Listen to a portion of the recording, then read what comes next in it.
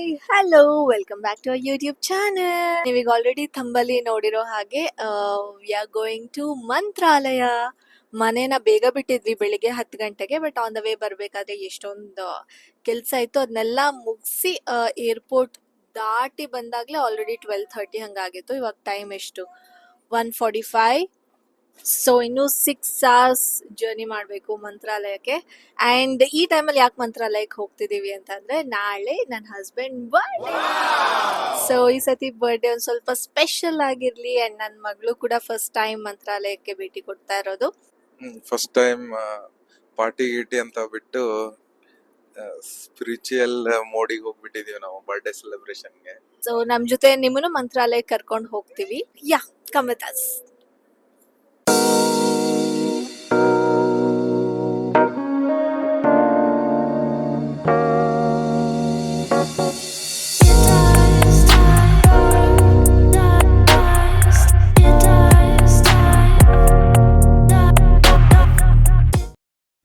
ನಾವು ಮಂತ್ರಾಲಯಕ್ಕೆ ಹೋಗ್ತಿದ್ದು ಹೈದರಾಬಾದ್ ರೂಟ್ ಮೇಲೆ. ಬೆಂಗಳೂರಿಂದ ಮಂತ್ರಾಲಯ ಅರೌಂಡ್ 350 ಕಿಲೋಮೀಟರ್ಸ್ ದೂರ ಇದೆ. ನಾನು, ಹಸ್ಬೆಂಡ್, ಮಗಳು ಹಾಗೆ ನನ್ನಮ್ಮ ಹೋಗ್ತಾ ಇದ್ವಿ. ನಾವು ಟ್ರಾವೆಲ್ ಮಾಡಬೇಕಾದ್ರೆ ನನ್ನ ಮಗಳಿಗೆ 6 ತಿಂಗಳು. ಪಾಪ ಒಂಚೂರು ತೊಂದರೆ ಕೊಟ್ಟಿಲ್ಲ. ಹ್ಯಾಪಿ ಸೋಲ್ ಅವಳು. ಎಲ್ಲರ ಜೊತೆನೂ ಬೇಗ adjust ಆಗ್ಬಿಡ್ತಾಳೆ.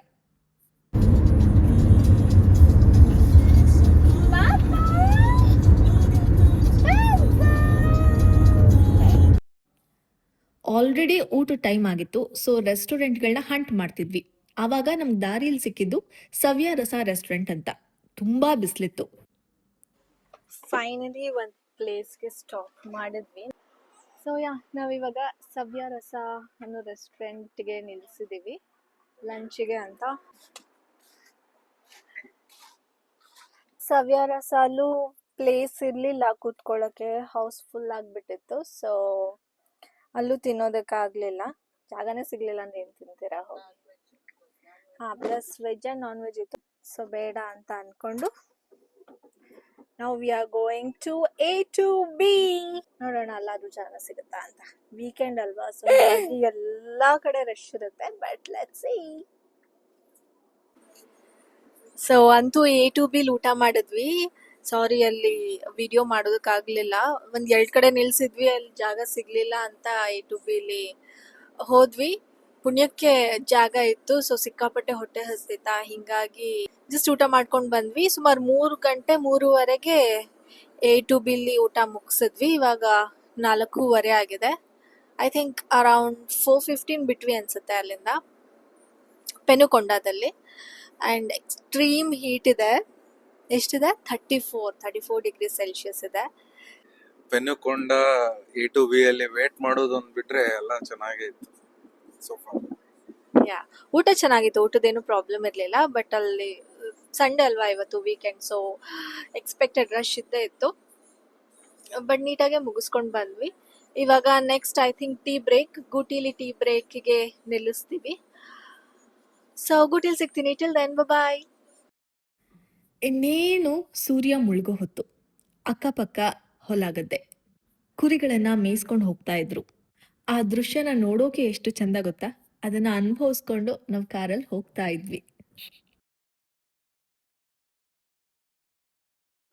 Hi.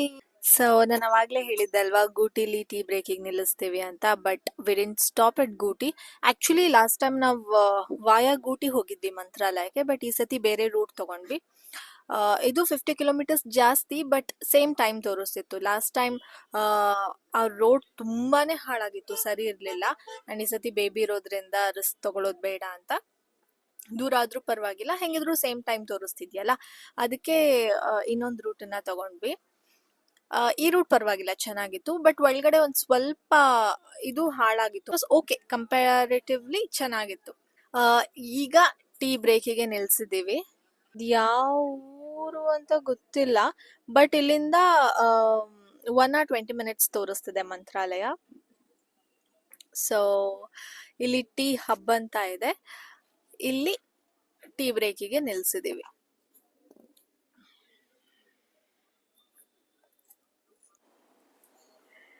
Hello, good morning. ನಿನ್ನೆ ನಾವು ರೀಚ್ ಆಗಿದ್ದು 9:30 ಆಗಿತ್ತು. ಸೊ ಹೀಗಾಗಿ ರಾತ್ರಿ ವಿಡಿಯೋ ಮಾಡೋದಕ್ಕಾಗಲಿಲ್ಲ. ಮಗಳು ಅಷ್ಟೇ ಸಿಕ್ಕಾಪಟ್ಟೆ ಟಯರ್ಡ್ ಆಗಿದ್ವಿ, ಎಲ್ಲರೂ ಟಯರ್ಡ್ ಆಗಿದ್ವಿ. ಬಂದ್ವಿ ರೂಮಿಗೆ. ಈ ನಾವಿರೋ ಲಾಡ್ಜ್ ಹೆಸರು ಶ್ರೀ ನರಸಿಂಹ ಪ್ಯಾರಡೈಸ್ ಅಂತ. ಆಕ್ಚುಲಿ ನಾವು ಬೇರೆ ಲಾಡ್ಜಿಗೆ ಹೋಗ್ಬೇಕಿತ್ತು, ಬಟ್ ಇಲ್ಲೇ ಟೆಂಪಲ್ ಹತ್ರ ಬಂದ್ವಿ ಆ್ಯಂಡ್ ಇದೇ ಲಾಡ್ಜ್ ಸಿಕ್ತು. ಜನರಲಿ ಇಲ್ಲಿ 2 to 2.5 ಚಾರ್ಜ್ ಮಾಡ್ತಾರೆ. ನಮಗೆ 2,000 ಚಾರ್ಜ್ ಮಾಡಿದ್ರು ಅಂತ ಅನ್ಸುತ್ತೆ. ಇಲ್ಲಿಂದ temple walkable distance, just 2 minutes ಅಷ್ಟೇ. ಸೊ ರಾತ್ರಿ ಬಂದ್ವಿ, ಫ್ರೆಶ್ ಅಪ್ ಆದ್ವಿ, ಹೊರಗಡೆ ಹೋಗಿ ಊಟ ಮಾಡಿದ್ವಿ, ಹಂಗೆ ಟೆಂಪಲ್ ಹತ್ರ ಒಂದು ರೌಂಡ್ ಹೊಡ್ಕೊಂಡು ಬಂದು ಮಲ್ಕೊಂಡ್ಬಿಟ್ವಿ. ಬೆಳಿಗ್ಗೆ 5ರಿಂದ 8 ಗಂಟೆವರೆಗೂ ಇಲ್ಲಿ ಬಿಸಿನೀರು ಸಿಗುತ್ತೆ. ನಾವು 4 ಗಂಟೆಗೆ ಎದ್ಬಿಟ್ವಿ. ಅಲಾರಾಮ್ 5ಕ್ಕೆ ಇಟ್ಟಿದ್ರು 4 ಗಂಟೆಗೆ ಎಚ್ಚರ ಆಗೋಯ್ತು. ಮಗಳೂ ಬೇಗ ಎದ್ಬಿಟ್ಲು. ಮೇ ಬಿ ಹೊಸ ಜಾಗ ಅಂತ ನಿದ್ದೆ ಬರ್ಲಿಲ್ವೋ ಏನೋ. ಸೊ ಬೇಗ ಎದ್ದು ಸ್ನಾನ ಮಾಡಿ 6 ಗಂಟೆ ಅಂದರೆ ಟೆಂಪಲ್ ಹತ್ರ ಹೋದ್ವಿ. 5 ನಿಮಿಷದಲ್ಲಿ ದರ್ಶನ ಆಯಿತು. ಮಕ್ಕಳಿಗೆ ಮತ್ತು ಏಜ್ಡ್ ಪೀಪಲ್ಗೆ ಸಪ್ರೇಟಾಗಿ ಕ್ಯೂ ಇರುತ್ತಲ್ಲ, ಆ ಕ್ಯೂ ಅಲ್ಲೇ ನಮ್ಮನ್ನು ಬಿಡ್ತಾರೆ. ಬಿಕಾಸ್ ನಮಗೆ ಬೇಬಿ ಇರೋದ್ರಿಂದ. ಗರ್ಭಗುಡಿ ಮುಂದೆನೇ ಒಂದು ಲೈನ್ ಹೋಗುತ್ತಲ್ಲ, ಆ ಲೈನಲ್ಲೇ ದರ್ಶನ ಆಯಿತು. ತುಂಬ ಖುಷಿ ಆಯಿತು.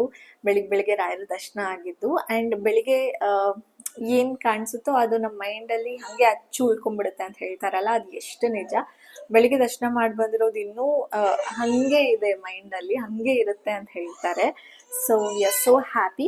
ಆ್ಯಂಡ್ ಈ ಸತಿ ತುಂಬಾ ಸ್ಪೆಷಲ್. ಲಾಸ್ಟ್ ಟೈಮ್ ನಾನು ನನ್ನ ಹಸ್ಬೆಂಡ್ ಬಂದಿದ್ವಿ ವಿತ್ ಅ ಫ್ರೆಂಡ್, ಬಟ್ ಈ ಸತಿ ನನ್ನ ಮಗಳು ಅಮ್ಮನ ಜೊತೆ ಬಂದಿದ್ದೀವಿ. And this is my outfit.